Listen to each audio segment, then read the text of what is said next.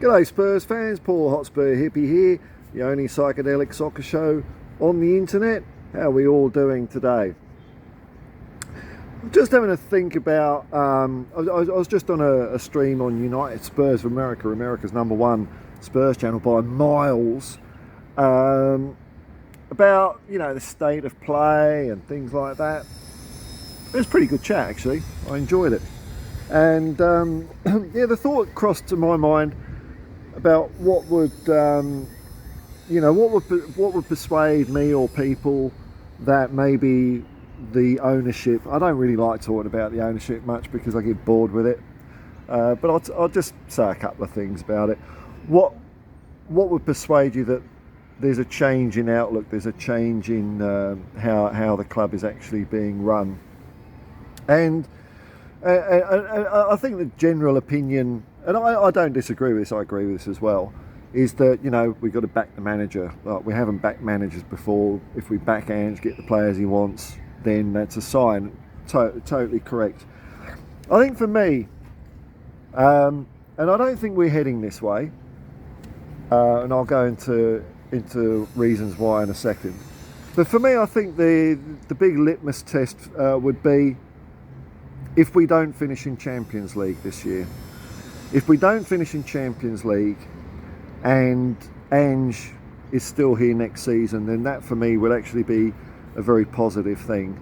Because I think it is fair to say that a number of managers have fallen onto the chopper in our recent 23-year history, or since we started getting into Champions League anyway. As soon as it would become apparent that we're not going to make top four, the top 20% of the Premier League that somehow has got a shot of being European champions, which does my head in, but that's another story. The managers get sacked. Maybe that was the reason Conte got sacked in the end. I mean, I think there's more to it than that, but that's probably it. Mourinho, for certain, I think, got sacked because he prioritised the cup game over the league. I think Redknapp also fell a cropper when that season where Spurs, it might have been 2012, something like that, when we had a bad run of form and eventually he was sacked.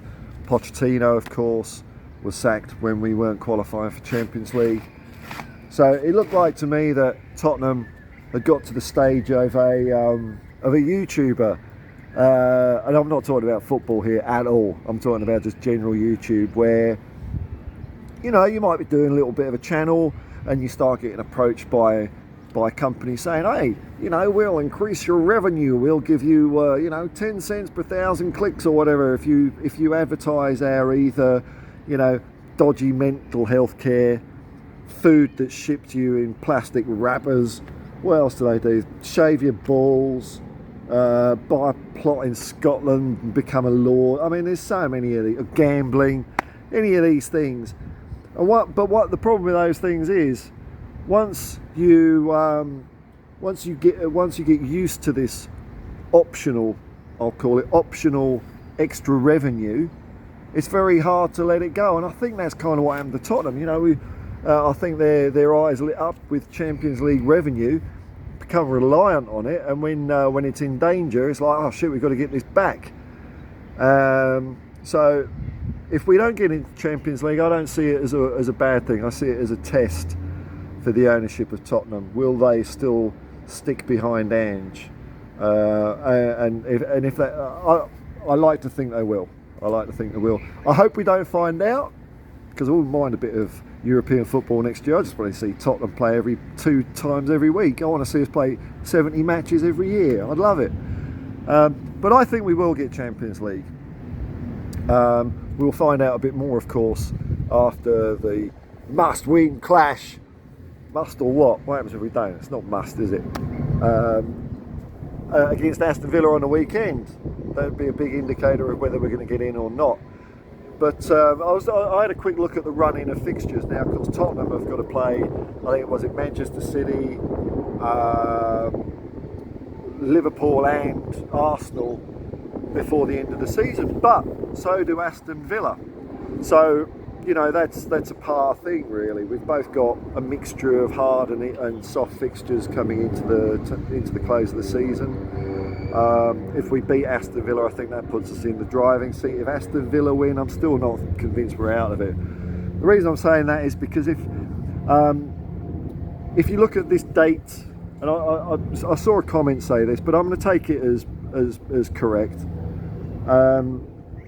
At the same stage of last season, we were 5 points less than we are now. So 5 points isn't a whole hill of beans. That could imply perhaps that we'll get something like 65 points, 5 more than last season, maybe a couple more, because there's a couple of extra games left to be played. But the way I've been measuring my Dreamometer, which I'm updated, I won't bring up on the screen quite yet, is, and I might be a little bit wrong on this, is that I measure it on the teams that we've played last year. So for example, we beat Crystal Palace this year, last week. We also won that fixture last year, so there's no gain there. But on my reckoning, we're about 13 points up on where we were last season. If we beat Aston Villa, we lost against Aston Villa, we gained 3 points. So, you know, I'd say I think Tottenham are heading for around about 75 points this year, which in, you know, most years that will get you into Champions League. Now, if we don't do the deal against Aston Villa, destiny's not in our hands. If we do it against Aston Villa, destiny is in our hands.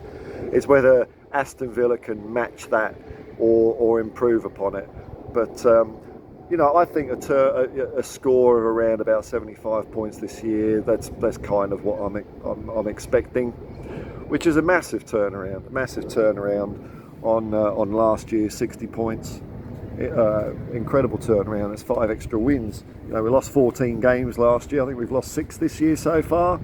So it's almost going to become mathematically impossible for us to lose more games. Maybe not yet, but it will do eventually.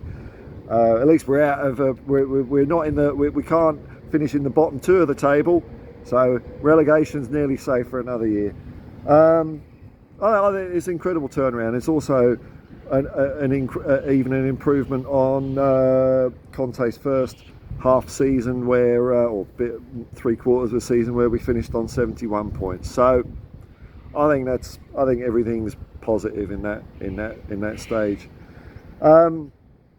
I sense that, you know, some people are getting.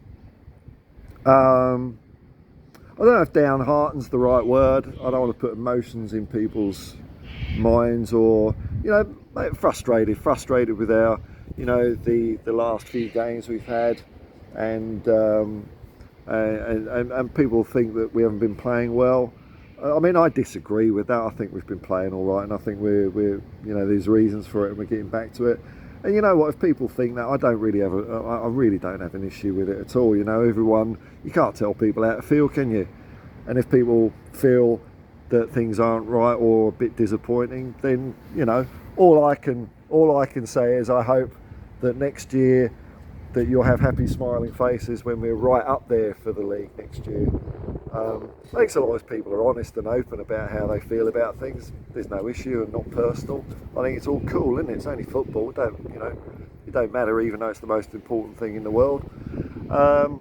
So, you know, I'm hoping for all fans' sakes that we not to just be right or wrong or any of that stuff. I just want to see Tottenham fans have a smile on their face, and it'd be cool if in the run up to the end of the season, perhaps, you know, even if, you know, especially if we perform and give as good as we get, like Ange said we have done against the top teams earlier on in the year. If we give as good as we get against these teams, I'm sure that's gonna make a lot of people very happy. So, you know, I think things are looking up for Tottenham.